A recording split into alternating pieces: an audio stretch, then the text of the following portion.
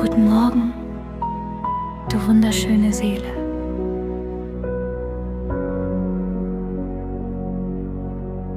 Du musst dich heute nicht kleiner machen, damit andere größer erscheinen.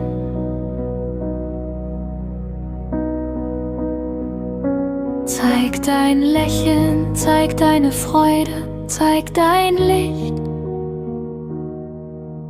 Die Welt braucht nicht eine andere Reaktion von dir.